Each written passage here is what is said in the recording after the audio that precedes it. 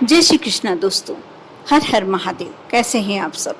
स्वस्थ और सुरक्षित होंगे। दोस्तों, जो इस बार 30 मई को बट पूजनी अमावस्या का दिन आ रहा है, त्यौहार आ रहा है, सुहागन नारियों के लिए बहुत ही महत्वपूर्ण त्यौहार है। और सबसे अच्छी बात कि उस दिन दूसरा संयोग यह पड़ रहा है कि उस दिन सोमवती अमावस्या भी है। और सोमवती अमावस्या को भी सुहागनें व्रत रखती हैं, पीपल के वृक्ष की परिक्रमा देती हैं। मैं अपनी इस वीडियो के माध्यम से आपको यही बताने वाली हूँ कि आप कैसे दोनों व्रतों को मैनेज कर सकते हैं। बहुत ही अच्छी बात है, इस बार बहुत अच्छा संयोग है। दोनों व्रत ही अपने पतियों के लिए रखे जाते हैं। बट पूजनी अमावस्या के दिन बरगद के बट वृक्ष की पूजन की जाती है, कच्चा सूत लपेटा जाता है। और जो सोमवती अमावस्या होती है उस दिन पीपल के वृक्ष की पूजन करके 108 परिक्रमा देते हैं। 108 वस्तुएं कोई भी ले ली जाती हैं, कोई भी सामग्री ले ली जाती है, वह चढ़ाते जाते हैं और नाड़ा लपेट कर और परिक्रमा देते हैं। अब आप सोच रहे होंगे कैसे मैनेज करेंगे, हम दोनों व्रतों को साथ में रखना है। जरूरी नहीं है कि आप पीपल के वृक्ष की 108 परिक्रमा ही दें। यदि आपको लगता है दोनों व्रत करना है, दोनों पूजन करना है, तब 11-21 फेरियां भी दे सकते हैं। दोस्तों, अब बात करते हैं बट सावित्री व्रत की। बट सावित्री व्रत हर साल ज्येष्ठ अमावस्या के दिन ही रखा जाता है और इस साल बट सावित्री व्रत 30 मई सोमवार को ही रखा जाएगा। और इस व्रत का हिंदू धर्म में खास महत्व होता है। ये सब किसी को बताने की आवश्यकता नहीं है। धार्मिक मान्यता है कि ज्येष्ठ अमावस्या के दिन ही सावित्री ने यमराज से अपने पति सत्यवान के प्राण बचाए थे। इसलिए बट सावित्री व्रत को विवाहित महिलाएं अपने पति की लंबी आयु और सुखी जीवन के लिए करती हैं। विवाहित महिलाएं इस व्रत को विधि विधान के साथ रखती हैं। इसके लिए विशेष पूजन सामग्री का ध्यान रखा जाता है। ऐसी मान्यता है, इस व्रत को पूर्ण श्रद्धा से रखने पर पति की लंबी आयु व संतान प्राप्ति फलित होती है। इस दिन विवाहित महिलाएं बरगद के पेड़ की पूजन करती हैं, उसकी परिक्रमा करती हैं और चारों ओर कलावा बांधती हैं। वैसे तो अमावस्या तिथि अपने आप में ही महत्वपूर्ण तिथि होती है, लेकिन ज्येष्ठ अमावस्या के दिन शनि जयंती भी मनाई जाती है। इसलिए इस बार की जो अमावस्या तिथि पड़ रही, तीन पर्व हो गए। शनिदेव की पूजन विधि विधान से करना बेहद लाभकारी होता है। बट सावित्री व्रत शनि जयंती पर कुछ ऐसे उपाय कर सकते हैं जिनसे हमारी समस्याएं भी दूर होती हैं और हमारा जीवन बहुत ही सहज हो जाता है। जैसे शनि जयंती पर या बट सावित्री व्रत के दिन आप एक उपाय अवश्य करें। किसी सुनसान जगह पर एक गड्ढा खोदिए, फिर उसमें काला सुरमा, छोटी सी डिब्बी आप बाजार से भी ले सकते हैं। यह उपाय आपकी आर्थिक परेशानी को दूर करेगा। जो काला सुरमा आपने डिब्बी लेके आए हैं बाजार से, उसे छोटा सा गड्ढा खोदकर उसमें गाड़ देना है।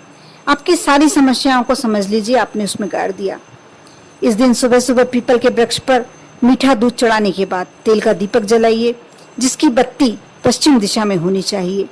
इसके बाद पीपल वृक्ष की एक एक परिक्रमा करते हुए ओम शनिश्चराय नमः मंत्र का जाप करना चाहिए। एक एक दाना मीठी नुक्ति भी चढ़ा सकते हैं।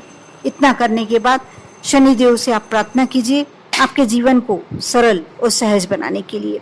ऐसे ही आप बट सावित्री व्रत के दिन, क्योंकि इस दिन बट सावित्री व्रत भी पड़ता है, तो आप व्रत तो रखेंगे ही, बरगद के वृक्ष की पूजन भी करेंगे। कई स्थानों पर जो बट वृक्ष का पत्ता होता है उसके गहने बनाकर पहनने का रिवाज होता है।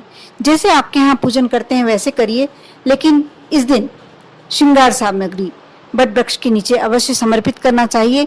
बाद में उठाकर आप अपने परिवार की बड़ी महिला, वरिष्ठ महिला को भी दे सकते हैं या किसी ब्राह्मण महिला को भी दे सकते हैं, लेकिन इस दिन अवश्य आपको श्रृंगार सामग्री का दान करना चाहिए। साथ ही कोशिश कीजिए जब आप पूजन करें 16 श्रृंगार कर कीजिए, क्योंकि ये दिन खास सुहागनों के लिए होता है। बट सावित्री व्रत के दिन बिना कोई निशान वाली काली गाय, यानी इसका मतलब ये है कि एक ऐसी काली गाय जिस पर कोई दूसरे रंग का निशान नहीं बना हुआ, सिर्फ काले रंग से ही हो, तो उसे 8 बूंदी के लड्डू खिलाइए। फिर उसकी परिक्रमा करने के बाद उसके पूंछ से 8 बार अपने सिर को झाड़िए। आपकी ऊपर यदि कोई दुष्ट आत्माओं का साया है, कोई दुष्ट ग्रह पड़ गए हों या कोई बहुत ही बड़ी परेशानी पड़ने वाली, नकारात्मक ऊर्जा भी आपके ऊपर घिरी हुई हो, तो आपकी दूर हो जाएगी। आपके जीवन में यदि कोई ऐसा समय आने वाला है, आकस्मिक कोई दुर्घटना भी होने वाली है, वह समय टल जाएगा। शनि जयंती के दिन हनुमान चालीसा का पाठ तो करना ही चाहिए। एक एक चौपाई पर आप चाहें तो पीपल के परिक्रमा कर सकते हैं। बट वृक्ष पर घी का दीपक जलाना चाहिए।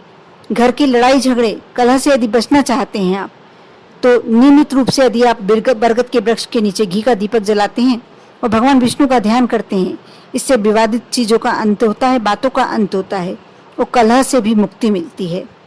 यदि आपके यहाँ कोई ऐसा बहुत ही लंबे समय से बीमार व्यक्ति चल रहा है, तो रोग मुक्त करने के लिए बट अमावस्या की रात्रि को, जब अमावस्या की रात्रि रहे उस समय सोते समय बरगद की जड़ उस व्यक्ति के तकिए के नीचे रख दें जिसे बीमारी ने घेर के रखा है।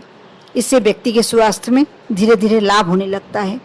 आप इन उपायों को करके देखें, बहुत ही अचूक उपाय हैं और इस दिन बहुत ही अच्छे सहयोग पड़ रहे हैं, 3 सहयोग, शनि जयंती, बट पूजनी अमावस्या और साथ ही सोमवती अमावस्या।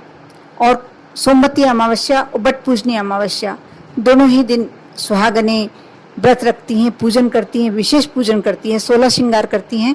इसलिए आप भी अपने यदि पति की लंबी आयु चाहती हैं, यदि अपने घर में कलह से मुक्ति पाना चाहती हैं, अपने घर में लक्ष्मी को सदा के लिए विराजित करना चाहती हैं, तो आप इस बार की पूजन अवश्य 30 मई को जो बहुत ही सुंदर पर्व आ रहा है, आप उसकी पूजन कीजिए। और सत्यवान सावित्री की जो कहानी है उसका श्रवण अवश्य करें, क्योंकि उसका श्रवण किए बिना इस पूजन का फल आपको नहीं मिल पाता। पूरा फल यदि आप प्राप्त करना चाहते हैं तो सत्यवान सावित्री की कथा अवश्य श्रवण कीजिए और श्रद्धा से पूजन कीजिए, जैसी पूजन आपके यहाँ होती है। यदि आपके यहाँ व्रत नहीं करने का रिवाज है तो नया नियम नहीं लीजिए, क्योंकि जो आपके यहाँ चलता है वही कीजिए। जो सामग्री आप रखते हैं, बस थोड़ा सा श्रृंगार सामग्री के बारे में क्या कहा जाता है कि इस पूजन में श्रृंगार सामग्री अवश्य अपने घर की वरिष्ठ महिला को या किसी ब्राह्मण महिला को दान देना चाहिए और यह पूजन हमेशा 16 श्रृंगार करके ही करना चाहिए। आप भी अवश्य करिए, श्रद्धा रखिए, विश्वास रखिए और अपने जीवन को बहुत ही सहज बनाइए। ओम नमः शिवाय।